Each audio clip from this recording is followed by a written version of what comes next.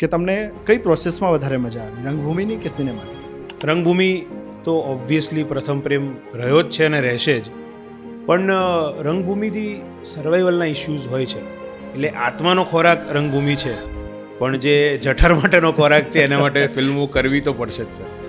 Process બંનેની similar છે, પણ જો કેજીમાં તમારું સ્કૂલિંગ સારું થયું હોય ને તો ડિસ્ટિંક્શન બોર્ડમાં લાવતા વાર નથી લાગતી. એટલે થિયેટર ઓલવેઝ તમને બહુ બધું શીખવાડે છે લાઈફમાં.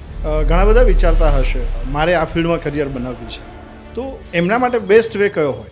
હું ઇન્સિસ્ટ એ જ વસ્તુ પર કરું છું કે ક્લેરિટી, તમારે શું કરવું છે અને શું બનવું છે. પર્ટિક્યુલર હેમેનનું ક્યારથી ક્લિયર હતું કે મારે એક્ટિંગ ફિલ્ડમાં જવું છે? એ અચાનક એક એન્યુઅલ ફંક્શન હતું, તો કોઈક પ્રોફેસરે મને કહી દીધું કે ચાલ ને તું આ નાટકમાં પાર્ટિસિપેટ કરને.